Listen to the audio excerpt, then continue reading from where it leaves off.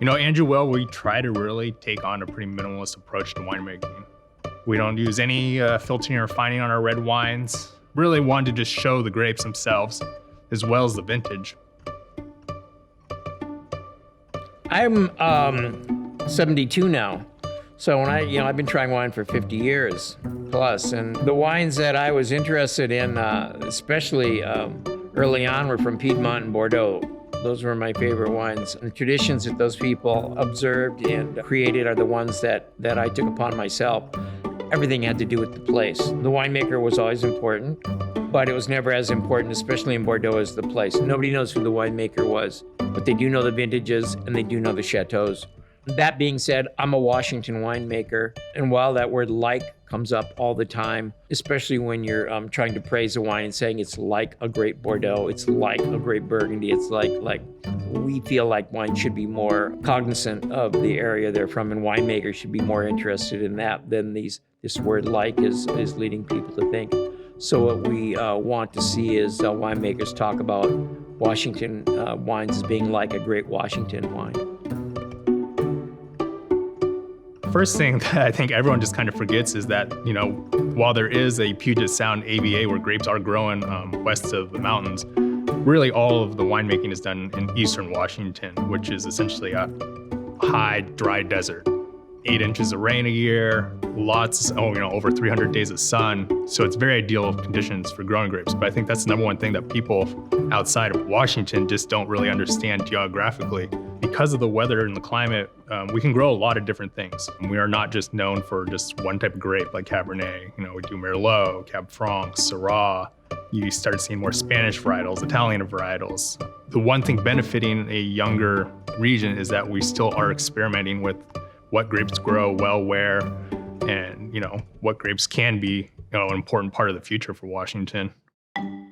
When we started getting Cabernet Franc in '96, it was clear to me that the best wines that I could make and the wines that most interested me had Cabernet Franc in them, and that were blends. Cabernet Franc is a unique grape in that it makes the Merlots better Merlots, it makes the Cabernets better Cabernets. In the blends, it made these wines much more interesting to me, much more faceted, greater tone all the way around. It was really quite a magical experience for me. And that's why I think Cabernet Franc is actually the most important grape grown in Washington, where it grows very, very well with ease. There's unlimited potential for Washington as far as a region to really establish itself as a premier wine destination in the world. It's a real small operation. Really, it's me, my uncle. We have a couple of seasonal workers who live on the island, and then a couple people helping out in the office. We're all doing a lot, but because of that, everything we do, I feel like, has meaning. This is a true family winery. As a second generation winemaker, it definitely just instills more pride in the whole operation and what I'm doing, and that I'm sharing this too with people that also have been around it a long time, specifically Andrew Well, and who are proud of making the wine. You kind of start to see that as you drink our wines and learn more about the wineries, that a lot of the things are named after people or things that are important to my dad. My sister Jane was a partner with me. One of her kids is Andrew, and my son is Will. So that's where the name came from. It was a way for him to include, important people in the wines that he's doing.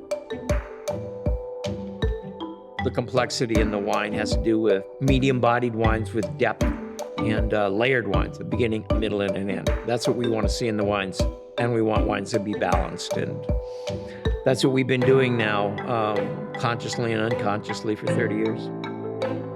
They're wines that have great interest, I think, for people that are collectors, that are sommeliers, that are interested in wine. For people that simply like to drink wine on a weekly basis, we have wines that are satisfying. For people that want to drink special bottles of wine on people's birthdays or weddings, we have wines for that. We hope that our wines are actually being used in people's lives to enhance their lives, and that, I think, is probably the biggest satisfaction I get as a winemaker, that somebody wanted my wines for their daughter's wedding, that somebody wanted a bottle of wine for the child's 21st birthday or something like that.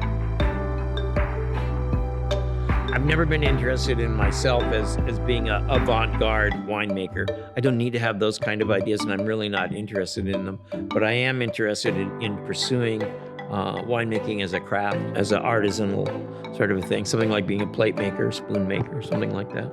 It's a really cool feeling to be able to know that people are enjoying something that you're working on year in, year out. It's definitely something I'm proud of.